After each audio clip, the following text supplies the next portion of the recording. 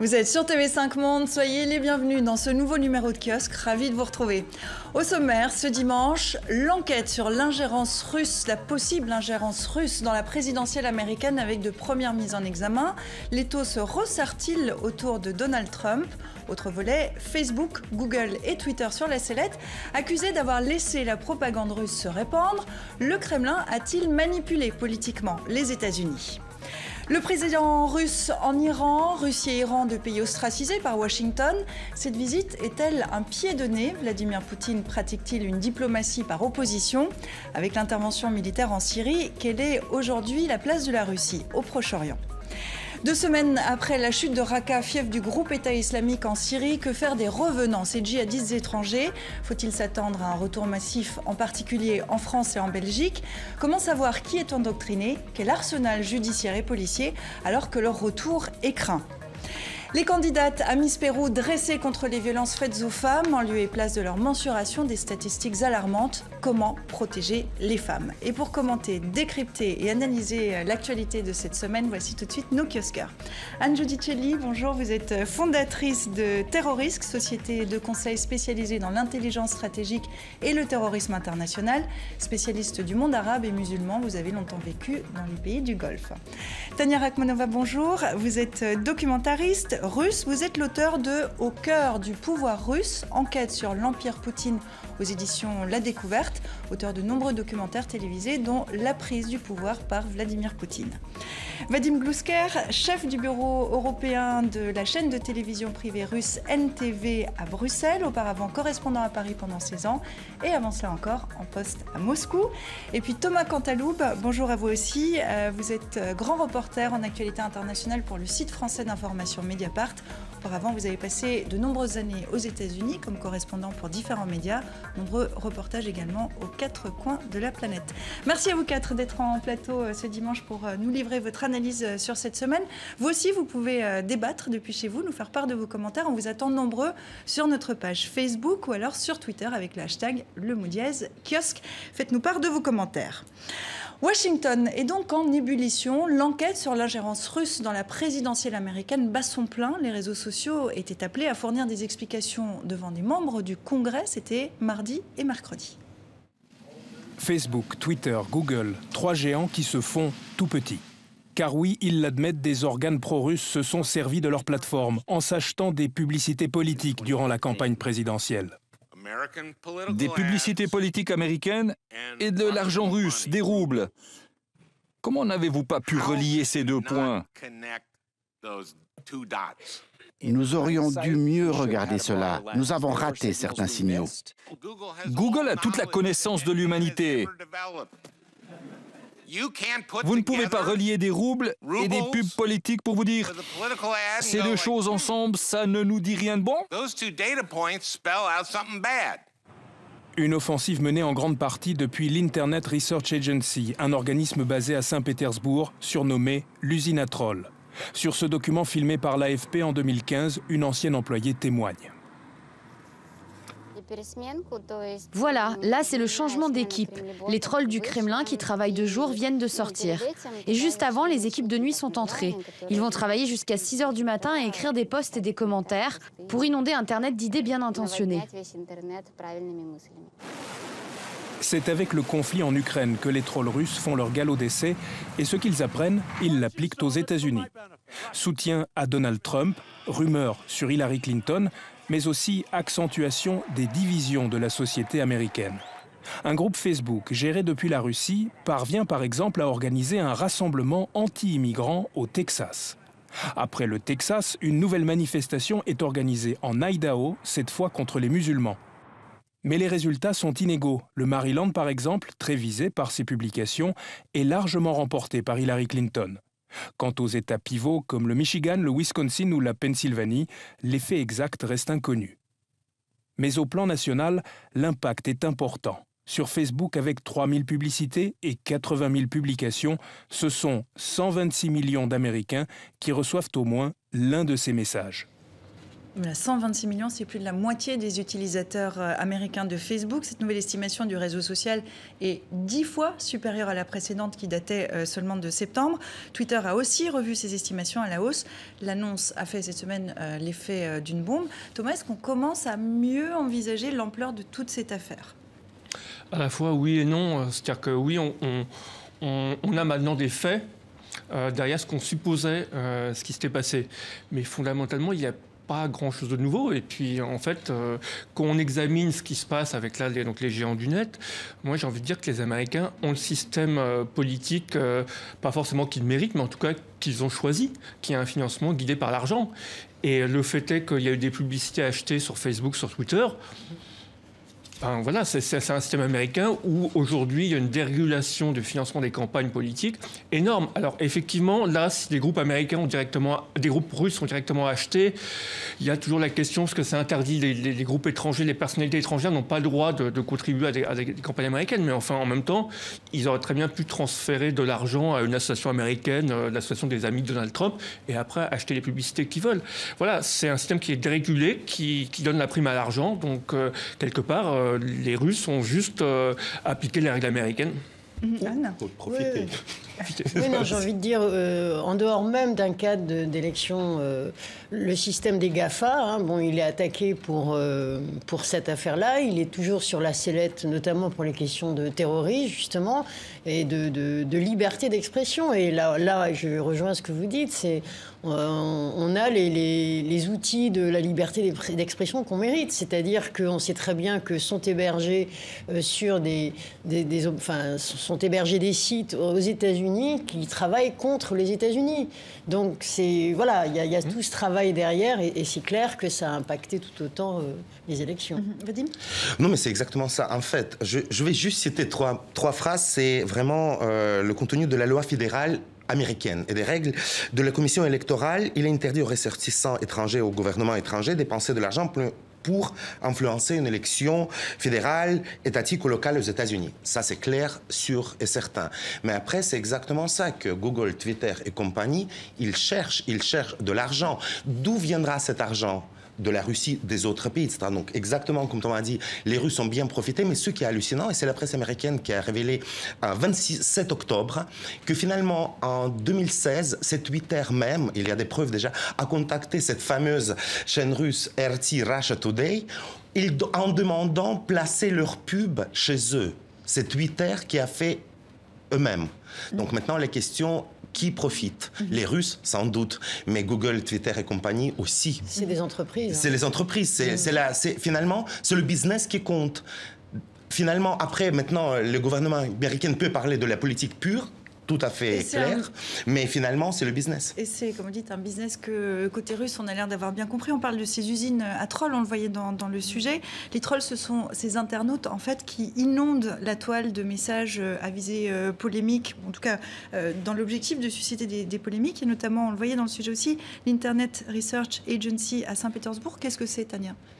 Ça, c'est ce qu'on appelle autrement le fabrique troll. Bon, c'est une entité financée, pas directement, mais financée par l'État, qui lance des messages à un but très précis. Pas qu'aux États-Unis. C'était les trolls, surtout, c'est fabriqué pour l'usage russe. Parce que vous prenez n'importe quel... Vous regardez sur Facebook, vous prenez n'importe quel message un peu critique ou... disons, de ce qui se passe. Et tout de suite, derrière, vous avez justement les trolls qui inondent par des milliers de commentaires. Donc, c'est pas que les États-Unis, mais c'est très développé, c'est très bien organisé. Maintenant, ce que je voulais dire, si vous voulez, oui, je pense que les Russes ont dépensé pas mal d'argent, de roubles. Enfin, dépenser beaucoup de roubles, c'est pas difficile, vu le taux d'échange. Mais... Finalement, c'est pas cher, c'est ça qui est hallucinant. Voilà, c'est pas cher. C'est pas cher du tout, parce que c'est pas comme acheter la pub à la télé, c'est pas cher du tout. 5 000 $ pour avoir une panel bien élargie pour ça. C'est pas très cher. Nous-mêmes, nous quatre, nous pouvons accumuler nos moyens pour faire ça. C'est vrai. Après, oui, ils l'ont fait. Mais est-ce que ça a vraiment joué dans la campagne électorale ? Ça, je pense qu'il faut. Parce que alors ça, c'est la question que tout le monde se pose.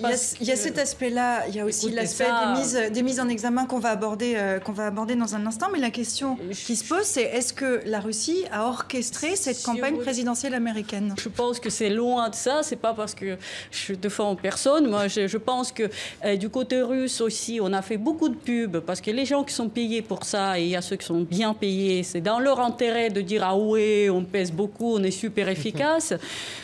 Ça reste à prouver que les démocrates sont complètement abasourdis, qu'ils ne comprennent pas pourquoi ça s'est passé. Et pas que les démocrates, les républicains aussi, qui ne comprennent pas pourquoi c'est Trump qui a été élu.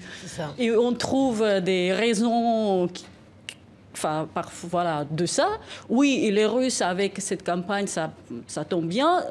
Je n'approuve pas du tout ce qu'ils font, mais qu'ils ont décidé quoi que ce soit dans la campagne. D'ailleurs, il y a eu un très bon article la semaine dernière dans New York qui dit justement sur la pub, sur la main russe dans les réseaux sociaux, et qui dit que oui, il joue beaucoup sur cette division des États-Unis, notamment ce que vous avez montré. C'est un des objectifs. Mais ils disent que ça joue bien parce que Trump les aide beaucoup. Oui. Thomas, votre réaction à ça, cette main russe sur la campagne via les réseaux sociaux, c'est un peu léger?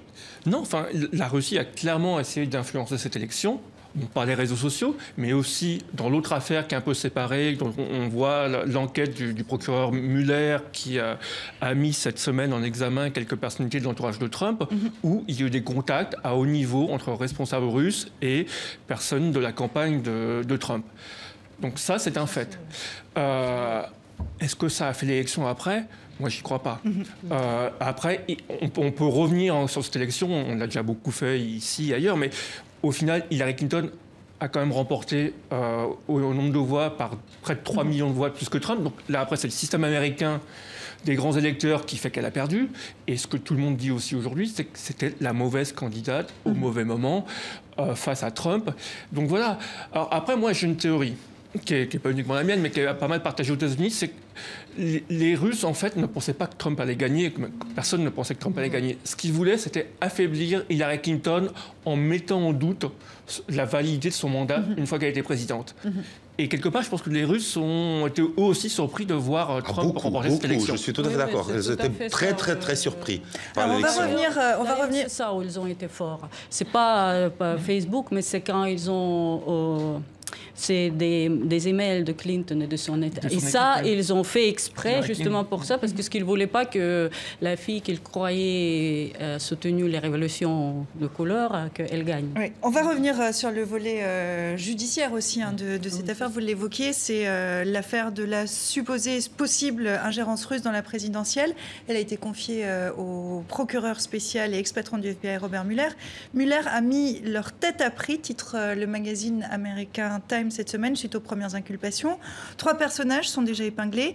L'ancien directeur de campagne de Donald Trump, Paul Manafort, son associé Eric Gates et l'ancien conseiller George Papadopoulos. Sur l'image en une, on voit qu'il y a une vignette, un cadre vide avec l'inscription. Placez une photo ici. C'est la photo de Donald Trump que tout le monde a en tête ? Oui, probablement. Mais le fait est qu'après, il faut aussi rentrer un peu dans le détail, parce que en fait, l'enquête du procureur spécial, c'est un rouleau compresseur. Ça attrape tout. Et par exemple, Paul Manafort, qui est l'ancien directeur de campagne, même éphémère, mais au cours de l'été 2016, de la campagne de Donald Trump, la mise en examen n'a rien à voir avec la Russie. C'est juste, c'était un lobbyiste pour des pays étrangers, pour des entreprises étrangères. Il a récupéré plein d'argent, qu'il a planqué dans un paradis fiscal, qu'il n'a pas déclaré après au fisc américain.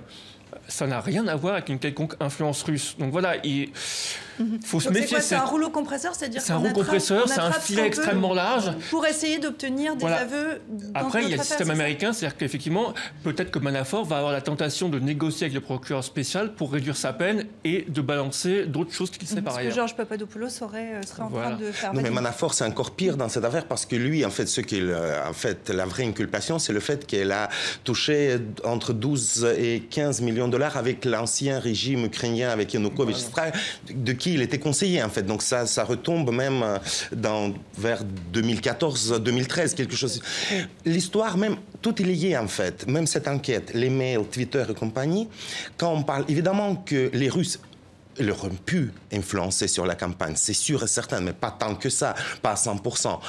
Je pense que dans la tête même des Américains, c'est toujours cette image des députés russes. Ça, je me rappelle très bien, quand ils ont applaudi, qu'ils se sont levés, les députés de la Douma russe, qu'elles se sont levées et applaudissaient au moment de l'élection de Trump. Même si c'était très surpris pour tout le monde, mais ils ont fait ce geste. Et je pense que c'est resté complètement dans la tête de tout le monde, que finalement, ils applaudissent cette arrivée au pouvoir de Justement, Trump. comment toute cette affaire de la possible ingérence russe est perçue depuis la Russie, Tania, Vadim? Il y a toujours donc l'État russe, disons, le pouvoir russe, il ignore tout ça. Et donc ils disent que, évidemment, ils ne peuvent pas dire que les trolls n'existent pas. Les trolls existent toujours maintenant. Mais eux disent la question, c'est pas nous, c'est pas nous. Mais les trolls existent partout, même cette histoire affreuse avec notre consoeur de Nadia Dam. Maintenant, c'est les trolls complètement français. Donc les trolls existent partout. Et auprès des Russes, de la population russe, comment s'est vue toute cette question La population russe, moi, ce que j'ai vu un peu, parce que la population russe, c'est un terme très large, donc c'est un peu difficile de dire, mais en dehors de Moscou, jusqu'à il n'y a pas longtemps, ils étaient très pro-Trump, parce que les médias officiels, la télé, parce qu'en Russie, les journaux, il y a très peu de gens qui lisent les journaux, la radio, ça n'existe pas, donc il y a la télé, et à la télé, quand même, on a beaucoup critiqué Clinton, on a beaucoup dit des choses pas positives sur Trump. Mais maintenant, tout est changé. C'est très maintenant, oui, mais ce qu'il faut que le procureur puisse établir, c'est qu'il y ait conspiracy, c'est-à-dire qu'il y ait vraiment la réalité d'un complot, en dehors de cette affaire russe d'ailleurs. Donc tout l'enjeu, il est là. Donc il y a des négociations effectivement en ce moment avec les principaux intéressés. On sait bien que Trump a beaucoup d'ennemis et que donc à l'intérieur de son propre pays et que dès le départ on a eu l'impression qu'il avait été mal élu. Alors à la cause des Russes, à cause de ceci ou cela, il a été mal élu et depuis on cherche, on creuse, on va à l'intérieur du système pour voir comment le faire tourner. En fait, on voit bien qu'il y a une dynamique qui s'est mise en place dès le lendemain des élections. Et pour terminer là-dessus, parce que c'est quelque chose qui est important, ce que vous soulignez là, on l'a déjà évoqué ici, on s'est déjà posé la question, il y a toujours cet exemple aux États-Unis du Watergate. Est-ce que l'étau se resserre autour de Donald Trump? Est-ce qu'il y a une vraie affaire qui est en train de commencer? Avec ce qui s'est passé cette semaine, est-ce que ça se précise un peu plus? Est-ce qu'on peut répondre à cette question? Ça se précise au sens où l'équipe de Trump a toujours nié les contacts avec les Russes. Et là, ce qu'est en train de découvrir le procureur spécial, c'est que oui, il y a eu des contacts. Voilà, alors les contacts, c'était pour, soi-disant, que des émissaires russes avaient des éléments sur Hillary Clinton. Mais enfin, il n'y a eu rien de fracassant qui a été révélé durant la campagne. Donc oui, voilà, effectivement, ils ont cherché à rencontrer des émissaires russes pour avoir ce qu'on appelle en jargon américain de Oppo Research, qui est des éléments un peu croustillants sur son adversaire, ce que toutes les campagnes américaines font. Au niveau des primaires locales jusqu'au niveau national. Donc voilà. Donc pour l'instant, des airs de Watergate, peut-être pas. Non, je pense pas que ça à moins qu'il y ait, comme ils disent, un smoking gun quelque part, enfin quelque chose de très gros, mais il semble pas.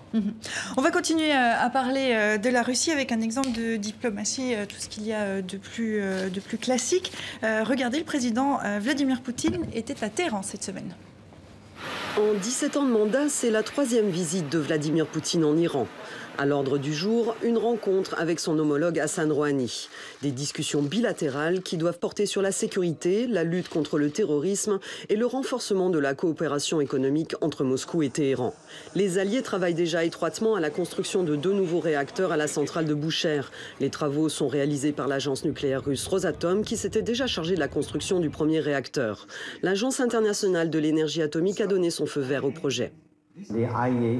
À ce jour, l'AIEA peut affirmer que l'Iran respecte les engagements pris en matière de nucléaire.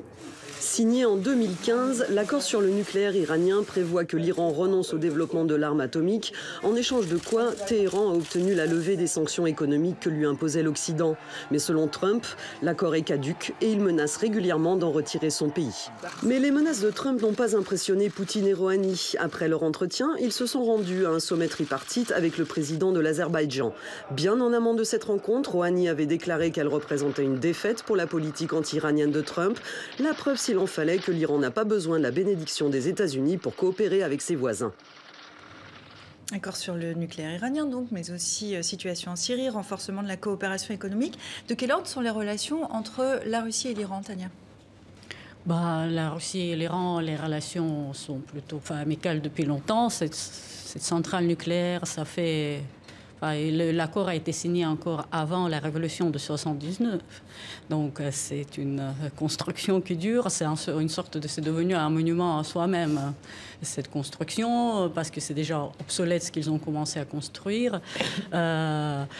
J'imagine que cette rencontre, c'était surtout pour l'opinion publique intérieure de l'Iran, c'était important de montrer qu'on est ensemble anti-américain, va isoler les États-Unis. Quand on le dit ici, ça paraît un peu drôle, mais à l'intérieur du pays, ça marche. Et quand moi, j'ai fait 2 fois le film en Iran, et où j'ai vu, une fois, j'ai tourné justement pour la télévision russe, les négocier un grand congrès antinucléaire, et j'ai vu qu'en fait, il y avait le vice-ministre des Affaires étrangères russe qui n'était pas très important. Tout le monde attendait la délégation chinoise. Et le russe a parlé après avoir négocié avec les Chinois dans le couloir où on m'a interdit de tourner. Donc je pense que oui, les relations sont importantes, mais surtout en opposition à l'Occident. Et je pense que leur grand sujet aujourd'hui, ce n'est pas du tout cette route vers le nord, c'est important, mais moyennement. C'est un pied de nez à Washington, c'est ça? Et surtout en Syrie, si vous voulez, dès qu'on chasse le Daesh, ce qui va rester, ça va rester la Russie et l'Iran contre l'Occident, direct. Et là, ils ont dit dans cette rencontre qu'ils vont rester en Syrie tant que le dernier terroriste n'est pas chassé. Mais pour les Russes, Al-Nosra, c'est des terroristes. Donc, qu'est-ce qu'ils vont faire? Alors, Anne, peut-être sur cette question terroriste. Non, mais c'est vrai que, faut quand même rappeler, puisqu'on parlait de la Syrie, que la Russie est intervenue au moment où, a décidé d'intervenir officiellement sur le front syrien, à partir du moment où les différents groupes rebelles, et Daesh compris, ont commencé à se rapprocher de la zone stratégique de Tartous, où on a donc l'implantation russe extrêmement stratégique, historique, qui est ce lien aussi avec la Syrie, le régime syrien. Et donc, il y a vraiment une volonté de garder la main quand même sur la région, avec des points d'appui, l'Iran, la Syrie. Après, tout ça s'inscrit dans une tectonique des plaques du pouvoir qui est en train de changer aujourd'hui du fait des contextes de crise qui impliquent aussi les crises dans les pays du Golfe, donc l'Iran, qui a un sujet de contentieux avec l'Arabie Saoudite.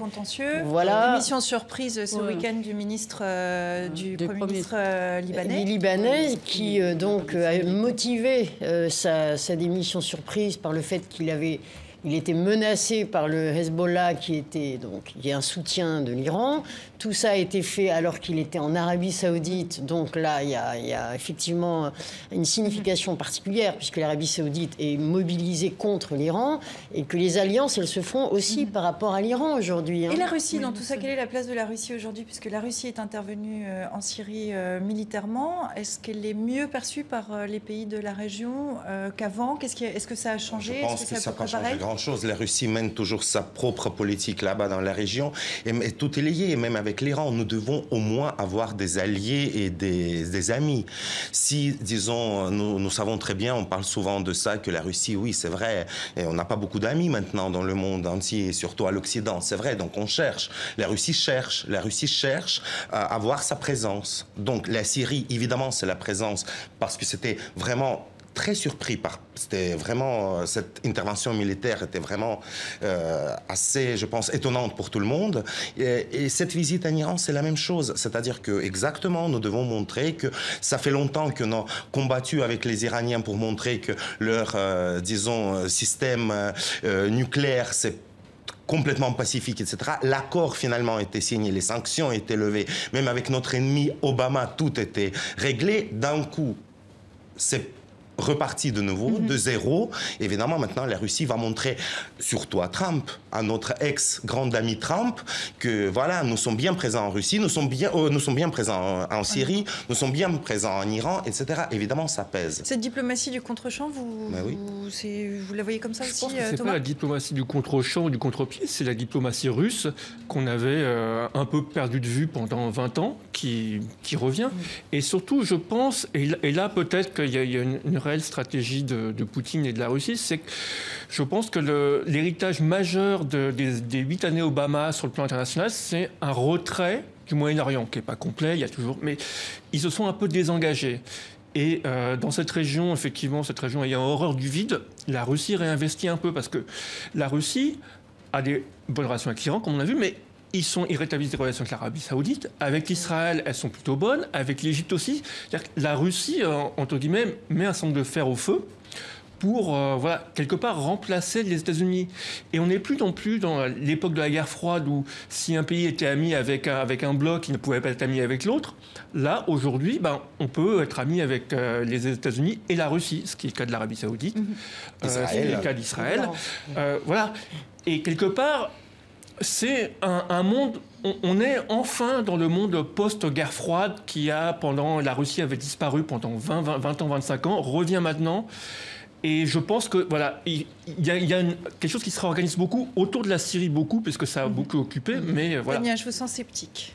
Oui, parce que moi, de ce que j'ai vu en Iran et un peu en Syrie, la Russie, le Kremlin plutôt, joue l'opposition. Il n'a pas de stratégie longue durée dans cette région. Ils ne veulent rien vraiment développer dans cette région. En Iran, il n'y a pas de contact économique, très peu.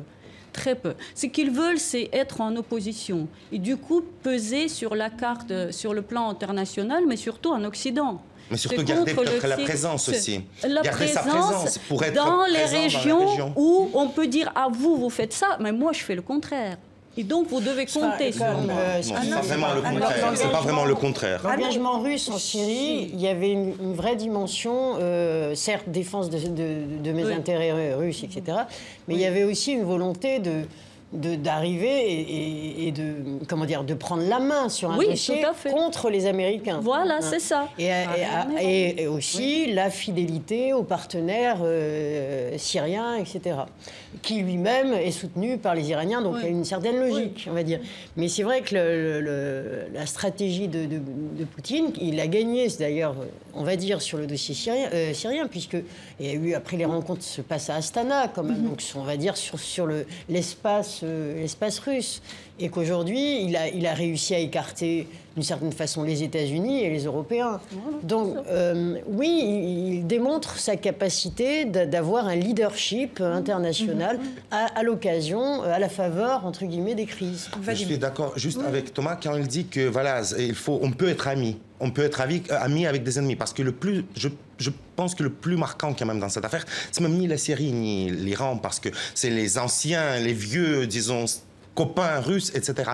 C'est surtout l'arrivée, il y a 2-3 semaines, du roi d'Arabie Saoudite chez nous. La première fois dans la vie, la première fois dans l'histoire. Vrai allié des États-Unis. Dès qu'il y a des problèmes, des petits problèmes commencent avec Washington, première chose qu'il fait, il va à Moscou, avec une visite pompeuse, plus que pompeuse. En Russie, c'est quand même hallucinant. C'était jamais vu dans l'histoire. Les relations si tendres entre Moscou et l'Arabie Saoudite, c'est incroyable quand même. C'est la rencontre du désengagement américain aussi. Poutine va en Iran puisque Trump a décidé d'ostraciser l'Iran, contrairement à ce qu'avait fait Obama qui s'était rapproché. Le roi d'Arabie Saoudite va à Moscou. Pourquoi ? Parce que pendant 8 ans, il y a eu quand même des frictions entre l'Arabie Saoudite et les États-Unis. Donc voilà, la Syrie, pourquoi est-ce que Poutine a intervenu en 2015 ? Il y a certes la base navale de Tartous, mais il y a aussi le fait que les Américains décident de ne pas intervenir en Syrie et finalement s'en dégagent, soutiennent l'armée syrienne libre dont on ne sait plus vraiment si elle existe. Donc voilà, ça provoque aussi... La Russie a un terrain devant. Je vous propose, parce qu'on arrive au terme du temps sur ce thème, je vous propose de regarder la une de The Economist, l'hebdomadaire britannique, qui titre sur le centenaire de la révolution d'octobre. Ce sera mardi. Un siècle plus tard, un tsar est né. Alors c'est un jeu de mots avec l'anglais, évidemment. Vladimir Poutine, qu'on voit là présenté en habit. Il y a une élection présidentielle en Russie dans quelques mois. Est-ce que dans ce contexte qu'on vient de décrire là à travers 2 thèmes, est-ce que Vladimir Poutine est dans une bonne stratégie ? Oui. Les élections, c'est une autre chose. Oui, mais bien sûr, c'est toujours la même chose parce qu'il y a toujours 80% des Russes pour qui Poutine, c'est le vrai leader. On a peur, pour l'instant, et toujours dire que voilà, c'est notre tsar, etc. On a peur, les masses médias ne parlent pas de ça, etc. Mais c'est vrai que cette Russie forte, disons comme ça, et c'est même pas la question de la Russie forte. La Russie omniprésente partout, c'est ça qui compte. C'est ça qui compte pour les Russes. Donc stratégiquement, voilà, c'est ça, stratégiquement, voilà, ça fonctionne évidemment. Moi, je pense pas du tout, parce parce que la présence réelle de la Russie, c'est la présence de Poutine dans les médias russes, les télés principales, les chaînes télé principales, c'est ça qui compte. Parce que, vous savez, même ici, on ne vote jamais pour un président réel. On vote pour son image dans les médias. Et les médias qui sont entièrement contrôlés en Russie, Macron reçoit tout le monde. On peut parler. C'est ça. Mais non, mais c'est toujours comme ça. Malheureusement ou heureusement, mais c'est toujours comme ça. Parfois, il y a des médias d'opposition. Nous, on n'en a pas. Enfin, il y a des chaînes comme ça. Donc, du coup, ce qu'il fait à l'étranger ou ce qu'il fait à l'intérieur du pays, c'est que la télé va nous raconter, on va le savoir. Et le reste, on ne sait pas. D'ailleurs, il a dit à De Rien que le peuple n'a pas besoin de savoir ce qui se passe. Ce que vous racontez, ça suffit. Présidentielle en mars prochain, ça sera intéressant à suivre. Et puis cette situation en Syrie dont on parlait là déjà aujourd'hui, était à l'ordre du jour de ce voyage en Iran. Il y a 2 semaines, en Syrie, le groupe État islamique perdait Raqqa, sa capitale autoproclamée. C'est là qu'a vécu Margot, une Française de 27 ans qui a rejoint les islamistes radicaux il y a 4 ans. Aujourd'hui, elle veut rentrer en France. Nos confrères de France 2, Arnaud Comte et Stéphane Guimau l'ont rencontrée. Voici un extrait de cet entretien. Margot, cette Nantaise de 27 ans, a été arrêtée à Raqqa il y a 12 jours avec ses 3 enfants. Cette famille française, membre de Daesh, est aujourd'hui retenue par les forces kurdes quelque part dans le nord de la Syrie. En 4 ans de vie sous la coupe du groupe État islamique, Margot a épousé 4 combattants français. 3 sont morts. J'ai passé beaucoup de temps enfermée dans ce qu'on appelle les madafas. Ils appellent ça des maisons d'hôtes, mais en fait ils enferment, ils entassent un grand nombre de sœurs qui sont seules. C'était ça la liberté à Raqqa pour vous, être enfermée dans une pièce? Non. Et pourquoi vous étiez enfermée? Parce que quand on est seul, c'est comme ça. Avant d'être mariée? Tant qu'on n'est pas marié, c'est comme ça. Face à la terreur imposée par le groupe État islamique, Margot dit avoir au moins à une reprise tenté de regagner la France, sans y parvenir. Et en fait, Daesh tirait sur les gens qui voulaient partir. Et pas mal de fois, c'est-à-dire c'est quelque chose qui reste très secret même parmi les femmes avec qui on vit. Si on dit ce genre de choses, elles vont balancer et puis on se fait arrêter. C'est une prise de risque énorme en fait. On risque de se faire tuer dans les deux sens. Vous avez un message à passer aux autorités françaises, au président de la République? Vous savez que je ne sais même pas le nom du nouveau président. Je me suis arrêtée à Hollande et puis suite à ça, j'avais plus accès à l'information. Aujourd'hui, la France n'a pas vraiment envie de vous voir rentrer. Est-ce que vous le comprenez? Bien sûr, j'estime que c'est tellement dans leur droit de craindre. J'imagine même ils doivent se dire psychologiquement on est instable, etc. C'est quelque chose que je peux comprendre. Margot sait qu'elle encourt la peine de mort si elle est jugée en Irak ou en Syrie. Qu'importe son sort, dit-elle, elle demande aujourd'hui à ce que ses enfants soient rapatriés en France. Alors, l'entretien a duré 3 heures. Le journaliste précisait en sortie de sujet son sentiment mitigé en précisant qu'à aucun moment la jeune femme ne condamne clairement les exactions et l'idéologie du groupe État islamique. Ce reportage de France 2 a choqué un certain nombre de téléspectateurs. La chaîne publique a été accusée de donner une tribune au groupe État islamique. Comme journaliste, je vous pose la question. Qu'est-ce que vous en dites, Vadim, Thomas? Moi, j'avais vu le reportage quand il avait été diffusé. Non, c'est très bien d'avoir rencontré cette Margot et de lui avoir donné la parole. Moi, je ne vais pas être un très bon collègue, mais je trouve que la façon dont le reportage avait été monté au journal de 20h était assez mauvaise, était très paranoïaque, si on veut. Voilà, parce que... Vadim, d'un mot sur cette question. Après, on va s'intéresser à ces djihadistes qui veulent rentrer. Ah non, mais bien sûr, parce que chez nous, maintenant, toutes les semaines, il y a des sujets comme ça. Toutes les semaines, il y a des témoignages tout le temps, sur toutes les chaînes, toutes les radios, etc. Parce que, pour juste dire, il y a les chiffres officiels et non officiels, mais c'est quelque chose entre, disons, 15, 20, 30 000 personnes qui sont déjà sur place là-bas au Daesh. Et il y a des villages entiers du Caucase les femmes, des villages entiers. D'abord les hommes et après les femmes qui les rejoignent sur place. Et cette piste, c'est tous les jours. C'est tous les jours. Alors c'est vraiment la question qui se pose aujourd'hui, puisqu'on voit que le groupe État islamique a perdu près de 90% de son territoire acquis en 2014 à l'heure actuelle. Donc la question qui se pose, c'est celle du retour des djihadistes étrangers dans leur pays. Regardez la une du quotidien régional français qui résume bien la question, c'est La Provence. Que faire de ces revenants, comme on les surnomme? pour donner des chiffres. En France, c'est le ministre de l'Intérieur, Gérard Collomb, qui les donnait cette semaine devant les députés. 244 djihadistes de retour, très exactement, 178 hommes, 66 femmes et 58 mineurs. Est-ce qu'il faut s'attendre à un retour massif en Europe et en France, en Belgique en particulier, Anne ? Alors, bon, juste un mot quand même sur l'interview de cette personne. Bon, effectivement, dans l'ensemble de la presse étrangère, chacun dans son pays où ils ont un contingent de ressortissants sur le front avec l'État islamique ou autre, on a l'habitude de voir ce type de témoignage. En France, il y a un vrai problème. En France, c'est une question hystérique. Je m'en étais moi-même rendu compte quand j'avais fait ma bande dessinée sur le 13 novembre, où je racontais cliniquement le déroulé des attentats en faisant vivre tous les personnages, y compris les personnages du commando. Et on m'a dit, mais comment on peut en parler de ça? Au contraire, il faut parler de ça. Il faut qu'on comprenne de quoi il s'agit.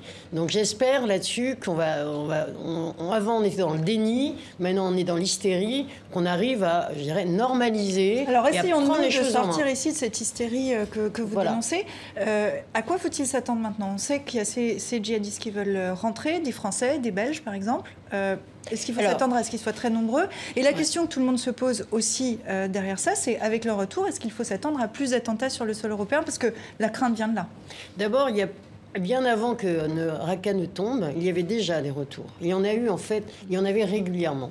Que ce soit des commandos envoyés, on l'a vu en novembre 2015, mais aussi des individus qui revenaient parce qu'ils ne voulaient plus rester sur place, en particulier des femmes et des enfants. Là, il y a une dernière vague qui arrive maintenant en Europe, on va dire des foreign fighters européens. Des étrangers européens. Voilà, et donc c'est surtout, là aussi, beaucoup de femmes et d'enfants qui ont été, certains sont réfugiés à la frontière et donc aux mains des Turcs ou des Irakiens, etc. Et en fait, bon, on a un vrai problème ici. Est-ce qu'on a raison de craindre leur retour? Parce que ça, c'est la question qui, en fait, est derrière et dans l'esprit de tout le monde. Tout le monde ne veut pas revenir. Et beaucoup se sont dispatchés dans les pays de la région. Donc, en fait, je pense qu'il ne faut pas surestimer le nombre de gens qui reviennent. Il ne faut surtout pas parler de retour massif, parce que sur les 50 guerres en Syrie, il y a la France est la troisième nationalité, entre guillemets, à avoir envoyé, de Français qui sont partis se battre en Syrie, en Irak. Mais c'est 1900 personnes. Sur ces 1900 personnes, il y en a plusieurs centaines qui sont mortes. Ouais. Il y en a quelques-uns qui sont revenus. On parle de quelques centaines de personnes qui peuvent revenir en France, dont des femmes et des enfants. C'est ça. Donc voilà, ça n'a rien de massif. Ensuite, après, ce qu'il faut clairement savoir, et moi, ça m'est raconté depuis 1 an, c'était déjà dans le gouvernement Hollande, aujourd'hui le gouvernement Macron, effectivement, il y a une attitude des gouvernants français qui dit « Oh, s'ils pouvaient rester là-bas ou s'ils pouvaient mourir là-bas », ça a été clairement dit par une ministre française. La ministre de la Défense. Ministre de la Défense qui a dit « Bon, s'ils meurent là-bas, exactement. Ce qui est irresponsable et aussi franchement stupide, puisque toutes les études montrent, j'ai encore eu une discussion avec un chercheur sur ces questions, un Américain, il explique que plus les personnes fascinées, tentées par cette idéologie de Daesh, plus elles sont proches des zones de conflit, plus elles sont radicalisées, plus elles s'arment, plus elles s'entraînent. Donc il faut au contraire les éloigner des zones de conflit. Et voilà, et cette Margot qu'on a pu voir dans son reportage, elle est française. Si elle exprime le souhait de revenir en France, il faut qu'elle revienne en France. Alors Margot, quand elle rentre, comment l'accueillir, comment la faire revenir? Si elle est radicalisée encore, comment la déradicaliser? Là encore, il y a un conflit entre deux choses. C'est les lois de la guerre traditionnelles, où auparavant, ce genre de personnes, si elles n'avaient rien commis, étaient considérées comme une victime, et les lois contre le terrorisme, qui sont toutes complicité et passibles de poursuite. Donc voilà, les ministres l'ont annoncé, je ne sais plus quel ministre du gouvernement Macron a dit clairement, toutes les personnes revenantes seront judiciarisées. Donc ils vont être mis en examen. En complément, et puis on vous entendra aussi. Les prisons françaises sont remplies d'éléments rentrés du front, qui n'ont pas été d'ailleurs forcément récupérés tout de suite en France, parce que des fois on les récupère de la Turquie et autres, et qui sont emprisonnés. Donc je veux dire, la seule réponse aujourd'hui, qui est d'ailleurs assumée par les autorités, c'est de dire tout le monde en prison. Donc d'ailleurs, quand on voit aujourd'hui le contexte de l'affaire Mera, On voit bien qu'il y a une vraie verdict ligne. Dans l'affaire Mera cette semaine.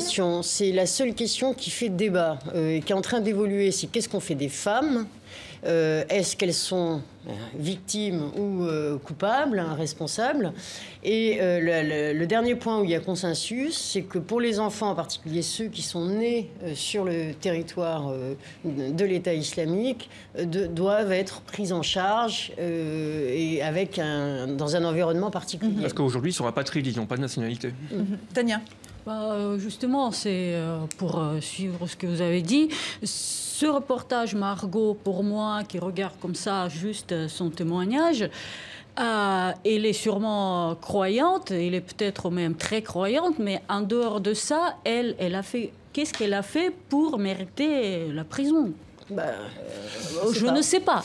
Mais deux témoignages-là... Est-ce que c'est pas ça le problème aussi? C'est comment savoir ce qui a été fait? Il n'y a pas de preuve possible. Donc en fait, c'est des... Mais mettre tout le monde en prison, ça veut dire que la présomption d'innocence... Mais alors justement, comment faire la part des choses entre ce qui a été fait là-bas au moment du retour? Et ensuite Vadim qui voulait intervenir. D'accord. Il y a ce qui, pour le moment, a fonctionné, c'est de dire, voilà, l'État islamique, en gros, il est apparu en 2014, début 2014. Donc tous ceux qui sont partis ou revenus, partis et ou revenus avant, sont considérés comme moins coupables que ceux qui y sont allés pendant la période de l'État islamique. Donc là, les dates constituent un baromètre de la gravité et de la responsabilité de l'individu. Sur les femmes, il y a une évolution. Parce que de toute façon, il n'y a pas de preuve possible. Donc, comme il n'y a pas de preuve, on ne peut pas dire « moi j'ai fait juste le ménage », etc. Bon. Voilà, donc c'est un vrai problème, c'est un vrai cas d'école. Il y a quand même des renseignements, parce que cette Margot est connue des services de renseignement français, par exemple. Non, je pense que le vrai problème aussi, parce que même pour les pouvoirs belges, françaises ou russes, c'est la question, on parle toujours de radicalisation et des conseils qu'on donne à tout le monde, il faut faire très attention pour ne pas radicaliser. Maintenant, la question, comment déradicaliser? Et ça, qu'il n'y a aucune aide, il n'y a aucun conseil et personne ne sait quoi faire. On sait très bien comment radicaliser, comment les gens se radicalisent et personne ne sait comment ils déradicalisent. Alors, et donc, est-ce que c'est possible ou pas? Il y avait un centre en France et il a fermé. Bon, là, les autorités, depuis l'arrivée de Macron, du président Macron, sont en train de revoir complètement leur stratégie en matière de déradicalisation parce qu'ils ont tiré les leçons des échecs, effectivement, qui ont été... Bon, c'est vrai qu'on a tendance à focaliser sur le retour des djihadistes, mais en réalité, le vrai problème aujourd'hui, il est le djihadisme, le terrorisme endogène, c'est-à-dire celui qu'on a... les gens qui ne sont pas partis. Ils ne sont pas partis. Et voilà, donc aujourd'hui, il y a une réflexion qui est menée, mais pour l'instant, il y a très peu de solutions qui ont marché et qui peuvent être un vrai exemple. Il y en a quelques-unes, mais voilà. Alors, vous l'évoquiez il y a un instant, cette BD que vous avez signée, BD documentaire, 13-11 reconstitution d'un attentat. Ça fait référence, bien sûr, aux attentats de Paris en 2015. Ça fera 2 ans dans 8 jours. C'est chez Delcourt avec le dessinateur Luc Brahi. Est-ce que... Depuis, on a lutté sur un autre plan que militaire contre l'idéologie du groupe État islamique, puisque c'est la question qu'on se posait déjà à l'époque et qui, je pense, va bien conclure cette discussion. Moi, je trouve qu'on ne l'a pas fait. Justement, on a tout focalisé sur la militarisation, les lois antiterroristes, la judiciarisation, alors que finalement, je parle peut-être d'un monde idéal, mais on se réclame toujours des valeurs de la République. Il faut montrer que la République est plus forte, a plus de valeurs, est plus ouverte, plus tolérante que ce que ne peuvent être les valeurs de l'État islamique. Et notamment, la grandeur de la République, ce serait d'autoriser ces gens-là à rentrer, de donner la nationalité française aux enfants qui sont nés sur place. Et voilà, c'est un combat idéologique, et c'est par des idées qu'on remporte un combat idéologique, pas par des armes. Tania, un mot pour conclure là-dessus, sur cette idée? Je suis tout à fait d'accord, parce que j'ai vu pas beaucoup, mais plusieurs documentaires sur justement ceux qui sont partis, ceux qui ont réussi à échapper, ou ceux qui n'ont pas pu y entrer, arrêter à la frontière turque. C'est vraiment des cas très différents. J'ai vu beaucoup de cas, des gens qui sont partis après, même 2014, qui sont allés pour aider les écoles, pour enseigner des choses assez naïves en quelque sorte. Donc il faut s'occuper de ces gens-là. Mais tout de suite les mettre en prison, monter du doigt... Il faut qu'on conclue assez rapidement. Vadim, d'accord avec cette idée ou ça vous pose Si, mais sauf que, encore une fois, je dis que peut-être voilà, résoudre ça militaire. Voilà, mais c'est même pas la question. C'est la question d'idéologie, en fait, qui compte. Et encore une fois, excusez-moi d'utiliser ce mot, mais de la propagande. Mais cette fois, de la propagande d'État, en fait. C'est quelle sorte de propagande il faut utiliser pour déradicaliser ces gens-là. Un mot pour conclure, je vais laisser le mot de la fin. Si vous voulez, ce qui est quand même frappant, c'est qu'on n'a toujours pas vraiment compris que tout ce qu'on a mis en place, c'est-à-dire cette logique sécuritaire, législative à outrance, cette surenchère législative, on a quand même eu 15 lois antiterroristes en 13 ans. Donc c'est quand même énorme. Et à chaque fois qu'il y a un attentat, on remet une couche législative. Donc en gros, pour le moment, il faut... Déjà, le président Macron a fait des actions en termes de diplomatie. Je pense que le diplomatique est très important. Et puis, il y a une remise en question de toute notre approche qui doit être mise à plat. Et une nouvelle loi antiterroriste en France cette semaine, je le précise, puisque vous l'évoquiez. Je vous propose qu'on change maintenant tout à fait de thème. Ceux qui ne dénoncent pas et ceux qui ne font rien pour que cela cesse se rendent complices. L'organisatrice de Miss Perrault a prononcé ces mots. Elle a donc décidé de mettre en avant dans son concours de beauté les violences faites contre les femmes en lieu et place des mensurations des candidates, des statistiques alarmantes. Regardez. Mon nom est Camilla Kanikoba et je représente Lima. Mes mensurations sont 2200 féminicides en 9 ans dans mon pays. Mon nom est Mélodie Calderon. Je représente la ville de La Libertad et mes mensurations attestent que 81% des filles de moins de 5 ans agressées sexuellement le sont par des proches de la famille. Mon nom est Samantha Batalanos. Je représente Lima et mes mensurations sont: une fille meurt toutes les 10 minutes, victime de l'exploitation sexuelle. Alors, des images qui ont été largement reprises cette semaine sur les réseaux sociaux. Tania, un commentaire sur ces images ? Bon, c'est très courageux, c'est une bonne idée d'en parler. Je vais peut-être paraître pas tout à fait. Moi, je pense qu'il ne faut pas sortir que des femmes du contexte. Il y a la violence sexuelle contre les femmes, contre les hommes, des enfants, et il ne faut pas que parler que de femmes, mais parler de ce phénomène. Les femmes sont quand même la majorité, quand on regarde les statistiques, elles sont quand même largement plus nombreuses. Probablement, mais je ne pense pas que c'est que les statistiques, parce que je pense que... Non, mais c'est important d'en parler, mais je pense qu'il faut oublier personne. Moi, je trouve que c'est très intéressant, parce que là, on ne parle pas juste de harcèlement sexuel ou de violence sexuelle, donc on parle de femmes qui sont tuées, donc, et le mot féminicide, qui est un mot qui est apparu récemment dans le vocabulaire. C'est intéressant, ça s'est passé au Pérou, parce que le Pérou, effectivement, je crois que Lima est classé parmi les 5 villes les plus violentes au monde pour les femmes. Mais au-delà de ça, il y a un contexte qui n'est pas exclusif, mais qui concerne beaucoup l'Amérique latine. Voilà, ça fait des décennies qu'il y a un problème de féminicide en Amérique du Sud. Il y a des cas qu'on connaît très bien, comme ce qui s'est passé, les centaines de morts à Ciudad Juárez, à la frontière américano-mexicaine. Moi, j'ai beaucoup travaillé là-dessus déjà dans les années 90. C'est un phénomène qui continue toujours. Et il y a eu ces dernières années en Argentine aussi. Le féminicide a été porté sur le devant de la scène. On se souvient d'ailleurs de très grandes manifestations l'été dernier qui sont parties du Pérou, ensuite en Argentine et puis dans le reste de l'Amérique latine. Donc c'est très intéressant que, bon, c'est un concours de Miss, on en pense ce qu'on veut. Je trouve que ce n'est pas forcément la panacée pour exprimer des sentiments féministes. Mais néanmoins, je pense que voilà, les concurrentes, avec les organisateurs, parce que c'est quelque chose qui a été pensé par les organisateurs, de dire... On met sur le devant de la scène cette question qui nous touche au Pérou et qui, par ailleurs, touche énormément de pays en Amérique latine. Et qui touche aussi en Russie. Plus de 10 000 femmes meurent chaque année sous les coups de leurs conjoints. Les chiffres viennent de défenseurs des droits humains. Pourtant, en début d'année, les députés ont dépénalisé les violences domestiques. Pourquoi ? Comment ça s'explique ? Ça s'explique parce que c'est la tradition russe. C'est le machisme de la tradition russe. Excusez-moi de dire ça. Voilà, c'était ça. C'était dépénalisé pour ça, en fait. Et ça, c'est vraiment triste. Parce que l'Église orthodoxe est même allée dans ce sens-là. Ça paraît surprenant. Mais ça, je ne suis pas sûr. Ça, je ne sais pas pour l'Église, je n'ai pas entendu des... Mais c'est vrai que cette histoire-là, c'est même la violence dans la famille tout court qui était dépénalisée. C'est-à-dire que maintenant, vous pouvez frapper votre enfant, etc. C'est non seulement la femme, une femme. Donc c'est ça, en fait. Mais en fait, une histoire, chez nous, c'est très frappant, cette histoire, c'est clair. Aujourd'hui, il y avait cette pétition de 100 femmes françaises qui signent, voilà, contre les violences quotidiennes, etc. Seule chose qui m'embête un petit peu dans cette histoire-là, un petit peu, d'abord c'est vraiment le contexte de concours Miss, puis aussi un petit peu bizarre. Je ne veux pas passer par une machiste, mais en même temps... Ça serait malvenu vu le thème. Je sais bien.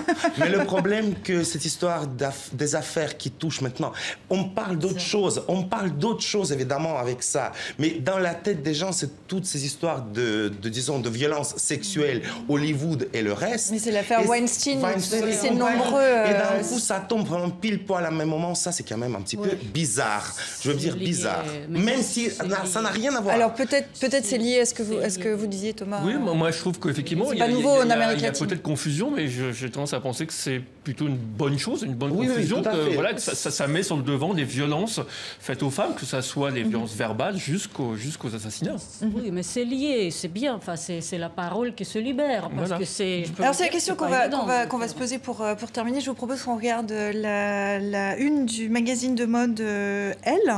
Regardez-les, elles s'appellent Ramona, Khadija, Cathy, Jacqueline, Morgane, Florence, Lucille, Géraldine et Muriel, toutes victimes de violences conjugales. Elles ont accepté de poser sur la couverture.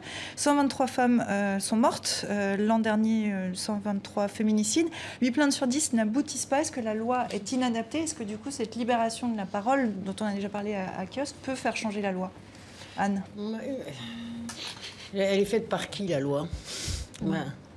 Je veux dire, il y a déjà tellement de problèmes de parité, avant même d'arriver jusqu'aux violences, qu'avant qu'on arrive véritablement à se créer un arsenal qui corresponde vraiment à la nature de ce type de délit, de crime, eh bien, il y a beaucoup de chemin à faire. Et je pense que là, on est dans une phase de resensibilisation, puisque, après tout, on utilise, pour prendre la France en particulier, le cadre en désignant par exemple les femmes qui se voilent. Regardez, nous les femmes, on a des femmes libres, libérées. Il y a toujours ce paradoxe. On utilise soi-disant une ouverture à la femme, l'expression de liberté de la femme. On l'utilise comme un outil, comme la laïcité d'ailleurs, contre les autres religions, les autres pratiques, etc. Donc c'est bien d'être une femme quand elle ne crée pas de problème au niveau social et juridique. D'un mot, Tania, pour conclure, d'un mot rapide sur cette question-là en réaction à ce que disait Anne. Mais justement, ce que je pense qui est très important, le système législatif c'est très important, mais il faut changer les attitudes, il faut changer les mœurs. C'est pour ça, je pense que plus on en parle, c'est mieux.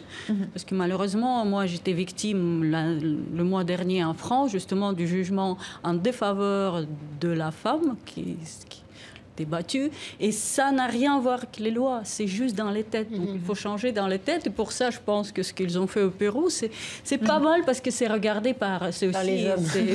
Par les hommes aussi. En plus, ça, on va pas oublier. Et il est un homme et il revient sur ces questions dont on parle là. Regardez, on passe à la semaine de dilemme. Les langues continuent à se délier. Tariq Ramadan n'est pas au bout de ses peines. Je propose un moratoire sur les plaintes pour viol. L'islamologue déjà visé dans 2 affaires en France et maintenant aussi accusé d'avoir eu des relations sexuelles avec des mineurs en Suisse. Dilemme revient sur les soupçons d'ingérence russe dans la présidentielle aux États-Unis. On en parlait tout à l'heure. Vladimir Poutine se justifie. Je n'ai rien à voir avec l'assassinat de Kennedy. Washington vient de publier des centaines de nouveaux documents sur ce mystère JFK. Les États-Unis visés par un nouvel attentat revendiqué par le groupe État islamique, de quoi rappeler de mauvais souvenirs aux New-Yorkais avec ici, vous le voyez, une voiture qui vole vers 2 tours. Opération main propre en Arabie Saoudite, le dessin se passe de commentaires. C'est une référence à l'arrestation de 11 princes et de dizaines de ministres par le prince Mohammed Ben Salman. Il se passe quelque chose en Arabie Saoudite en ce moment, on y reviendra bientôt dans Kiosque évidemment. Et puis enfin, pour terminer, la crise politique en Espagne. Regardez, le séparatiste Carles Puigdemont entre en résistance en Belgique alors qu'il fait l'objet d'un mandat d'arrêt européen.